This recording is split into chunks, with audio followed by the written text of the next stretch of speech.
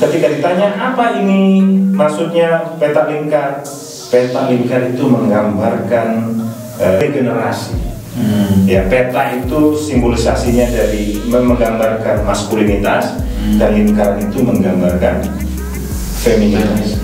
Jadi laki-laki dan perempuan dalam konstitusi kita lambang negara kita sudah sederajat. Wah. Bayangkan. Jadi urusan isu gender sudah tuntas dari dulu. Aduh, kawan-kawan yang masih ribut urusan Coba isu gender, negara negara dahulu sudah buat.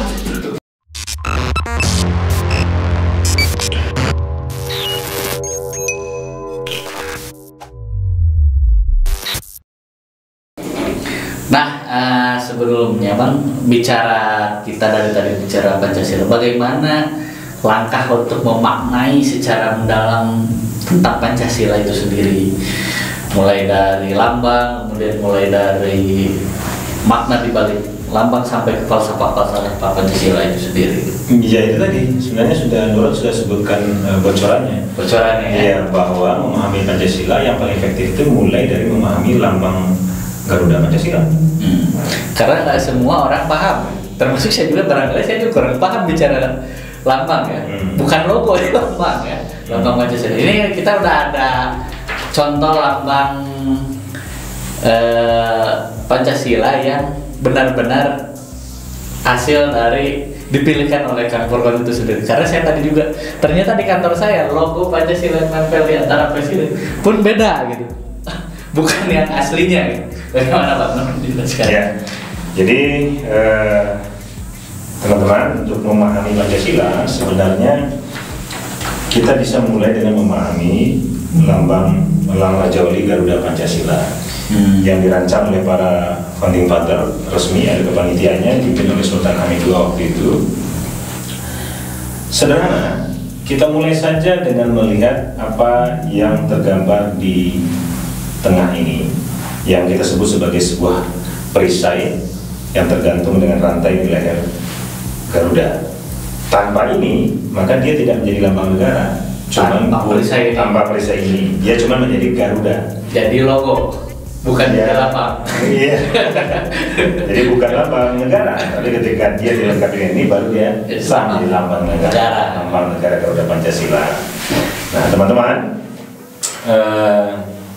seperti yang kita lihat bersama, di sini ada dua perisai. Satu perisai dalam warna hitam, perisai dalam. Ya, kemudian perisai yang bagian luar yang lebih luas.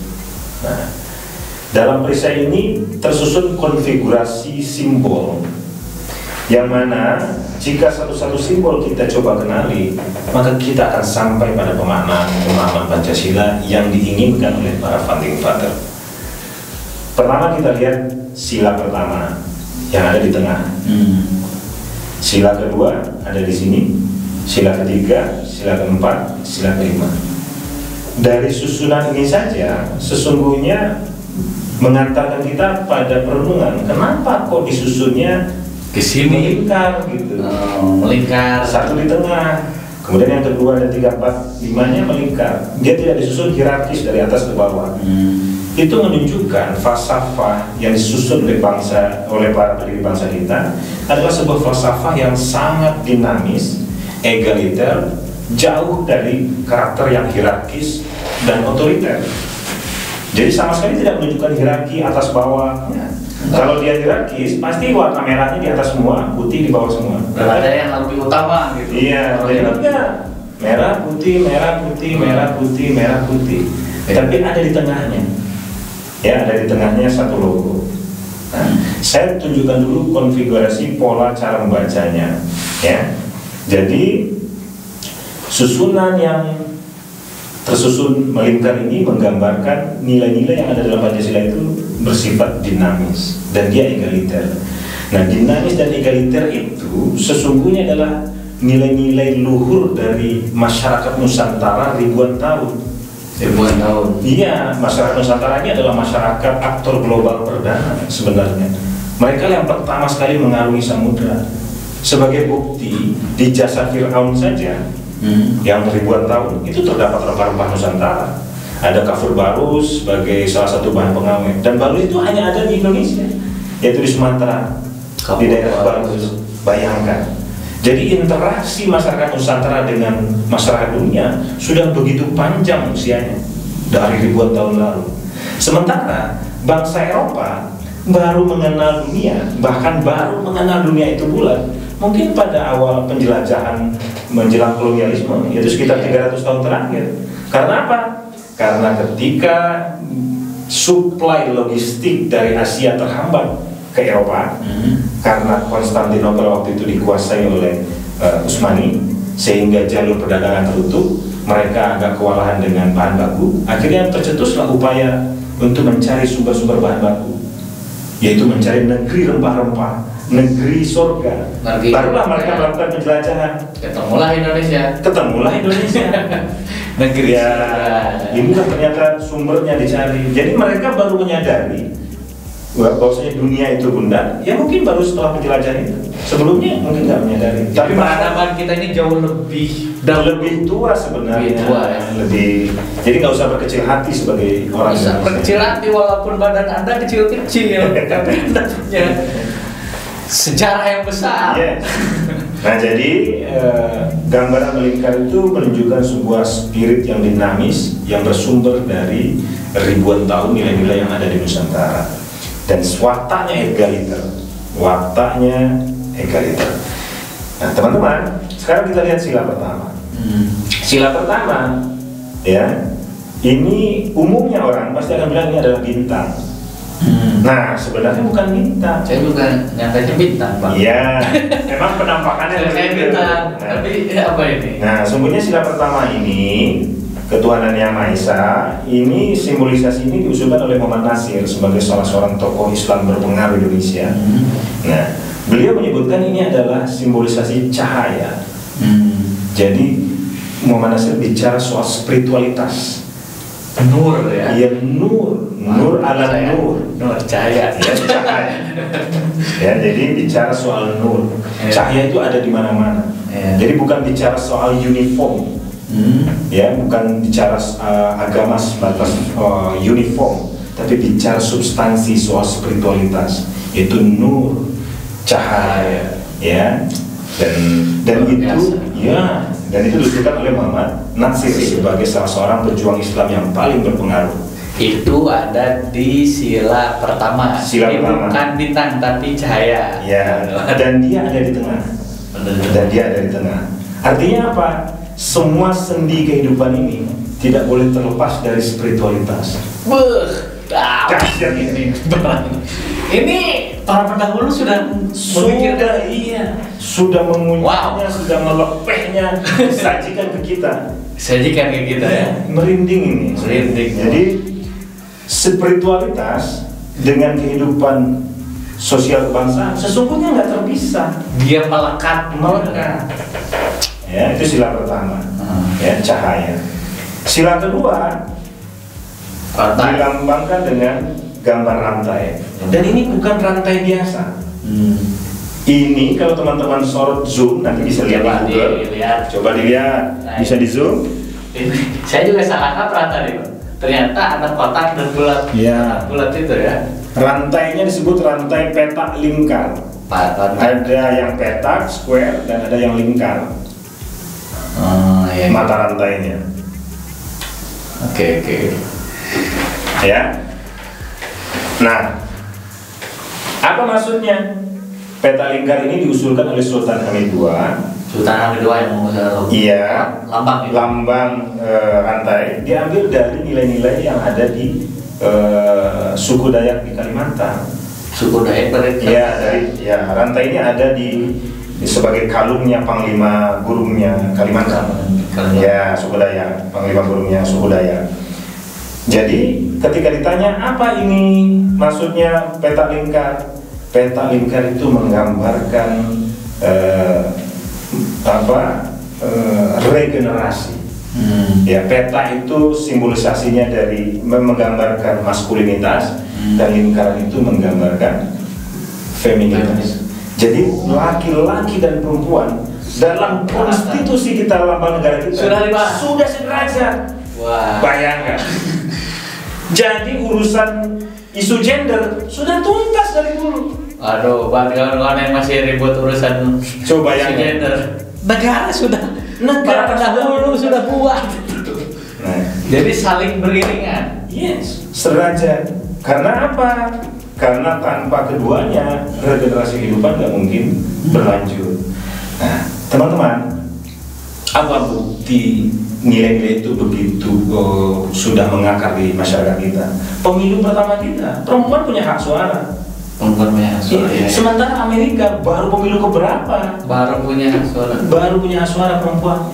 Di kita punya hak suara perempuan. Jadi Amerika itu jauh lebih primitif, kawan-kawan. Amerika itu jauh lebih primitif. Iya, makanya kelihatan hari ini kan. Ya, Karena situasinya. terlihat urusan temeh kan, Iya. urusan rasis dan lain-lain. Nah, jadi Sultan Hamid mengambil simbolisasi ini untuk menunjukkan bahwa perempuan dan laki-laki di negara kita posisinya sederajat.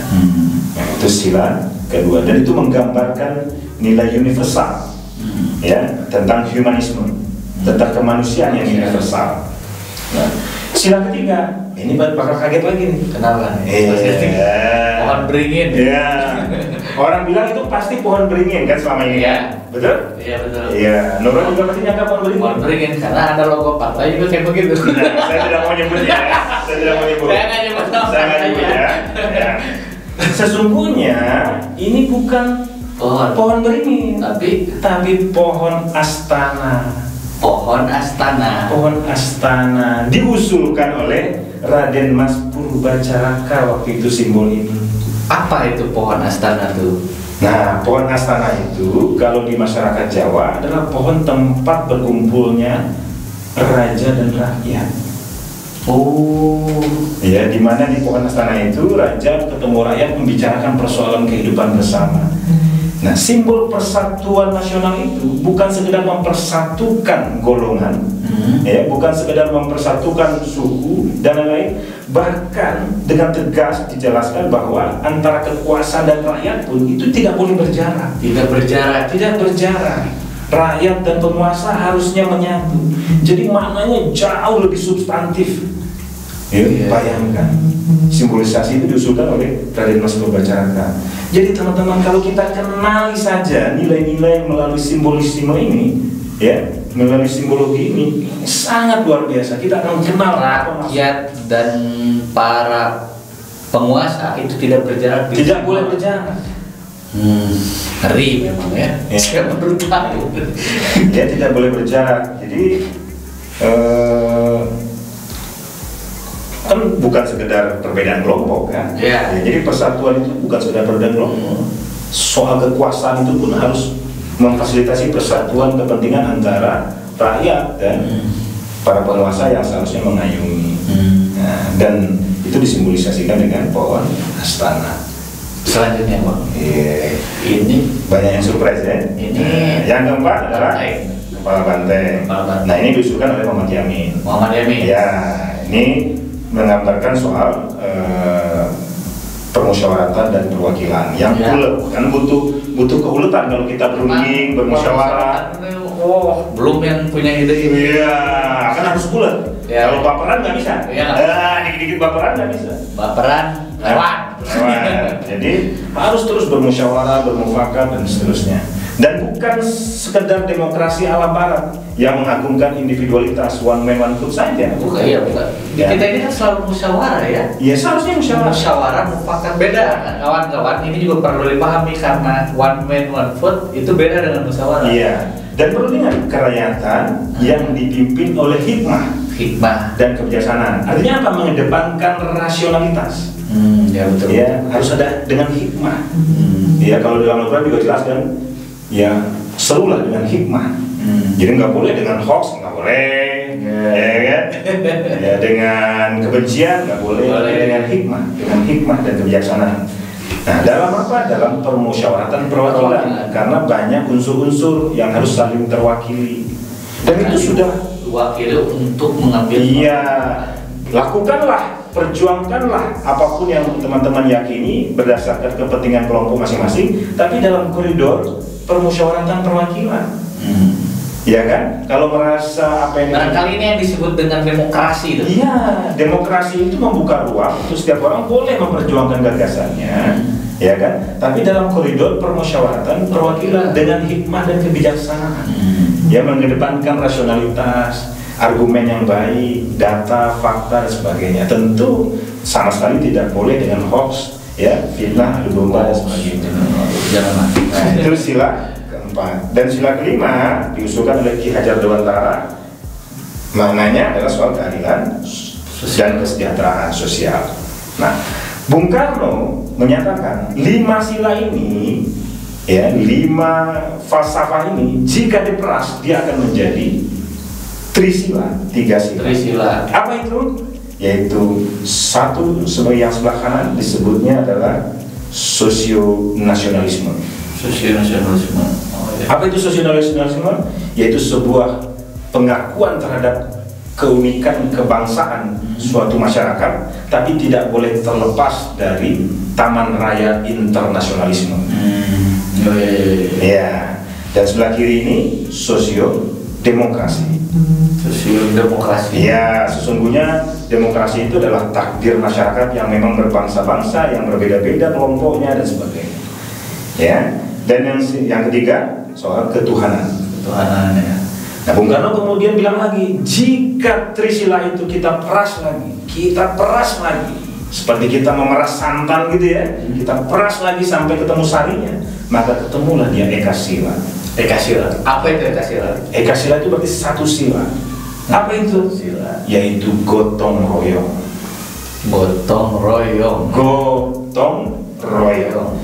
Ya, gotong royong itu sebuah nilai yang ditemukan oleh Bung Karno dari masyarakat kita, ya, asli dari masyarakat Nusantara, di mana sesungguhnya masyarakat kita itu tersusun dalam sebuah praktek hidup bekerja sama, saling tolong menolong, saling bantu membantu, semua untuk semua, bukan berbangsa untuk satu golongan, berbangsa untuk semua golongan, dengan saling tolong menolong, saling bahu membahu. Yang mayoritas melindungi yang minoritas pun menyesuaikan dengan yang mayoritas. Berarti kalau sudah paham Pancasila, nggak ada tuh, oh ini mayoritas, ini minoritas. Enggak. Udah nggak bicara itu. Enggak, karena gotong royong itu falsafahnya mengajarkan kita untuk sama-sama saling membahu, saling melindungi, saling mengayomi, saling menjaga.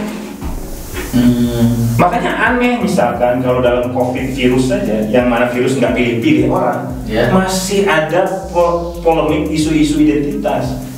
Itu absurd sekali. Betul. Iya absurd dong, virus saja nggak pilih-pilih. Tapi kalau masih ya. Nah, kalau begitu berarti tidak pakai hikmah dan kebijaksanaan, tidak mengedepankan rasionalitas. Jadi teman-teman yang menyimak podcast ini, soal keagamaan dan kebangsaan sudah tuntas, ya, sudah tuntas disandingkan dengan indah oleh para pendiri bangsa kita, sangat indah sekali.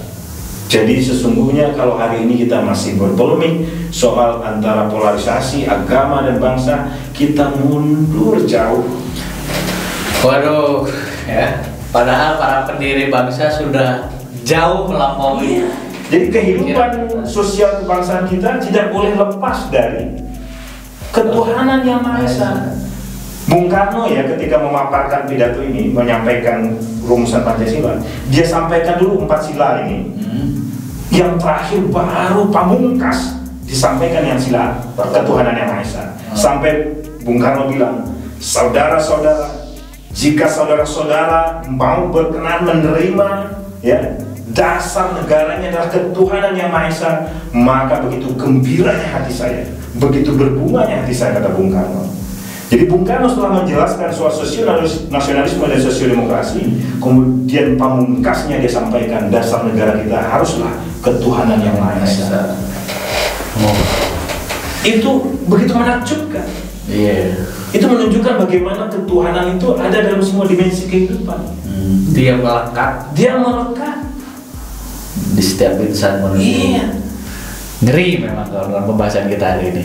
Tidak berat sebetulnya, namun ini banyak hal yang memang kita terlupakan. Anda belajar di SMA, SMP, SD barangkali di perguruan tinggi pun. Iya. Saya nanya nih, saya nanya. Nuran mungkin baru hari ini dengar penjelasan ini kan? Betul. Padahal teman-teman, ini mantan presiden mahasiswa kampus pertama di Bandung.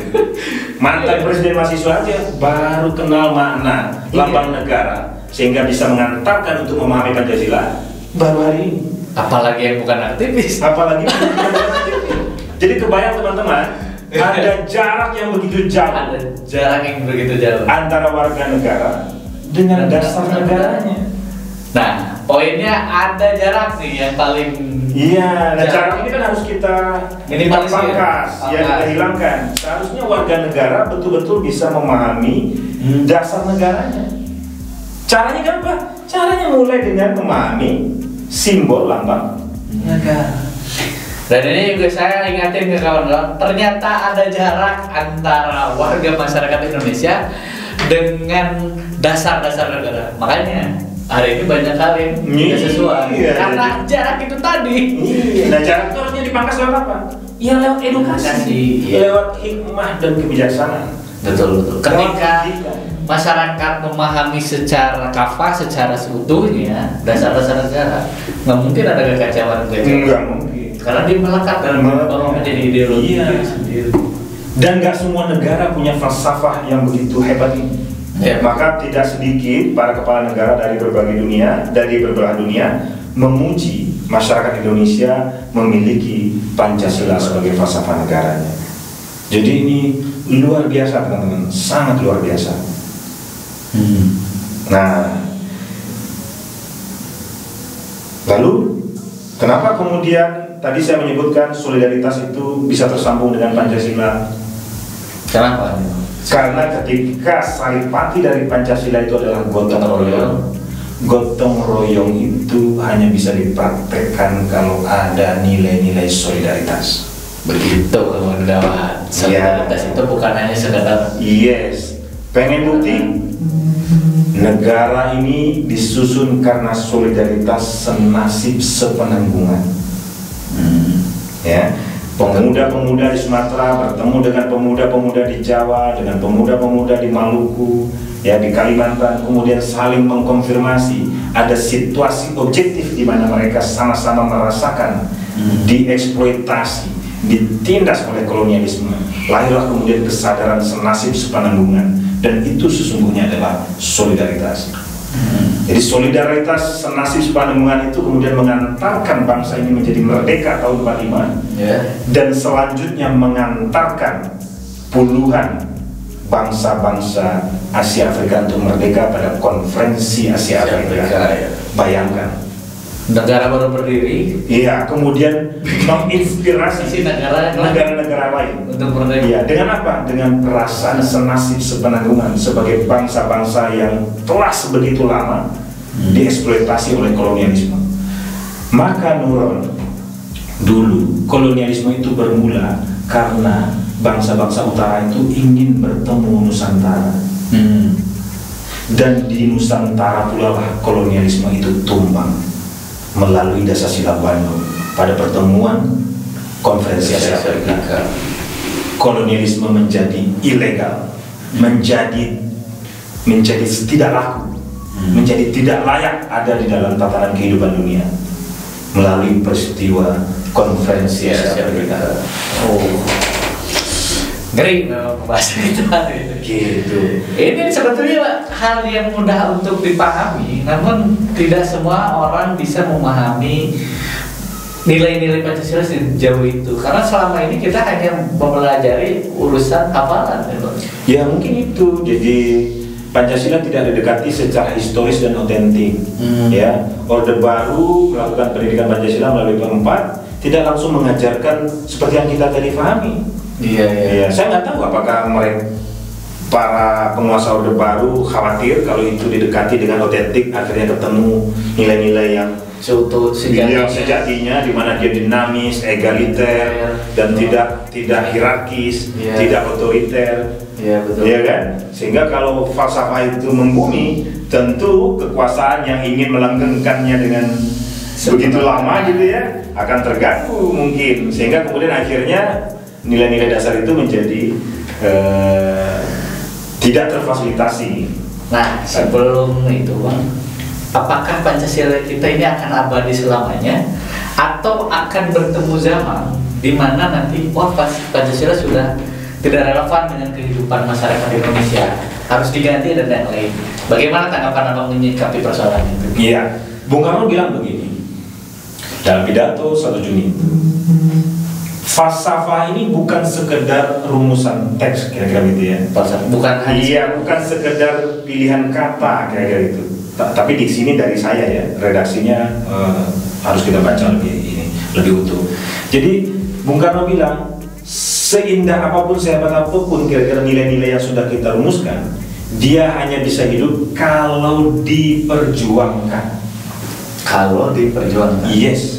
Jangankan falsafah negara, nilai-nilai religius agama pun, kalau tidak kita perjuangkan untuk dipraktekkan, tidak diimplementasikan, ya dia tidak akan membumi. Jadi apa aja? Iya, makanya kan Rasulullah bilang, innama bu'itsu liutammima kalimat. Sesungguhnya aku diutus, kata Rasulullah, untuk menyempurnakan akhlak. Jadi nilai-nilai religius itu dia harus manifest menjadi akhlak, harus diwujudkan, dilatih.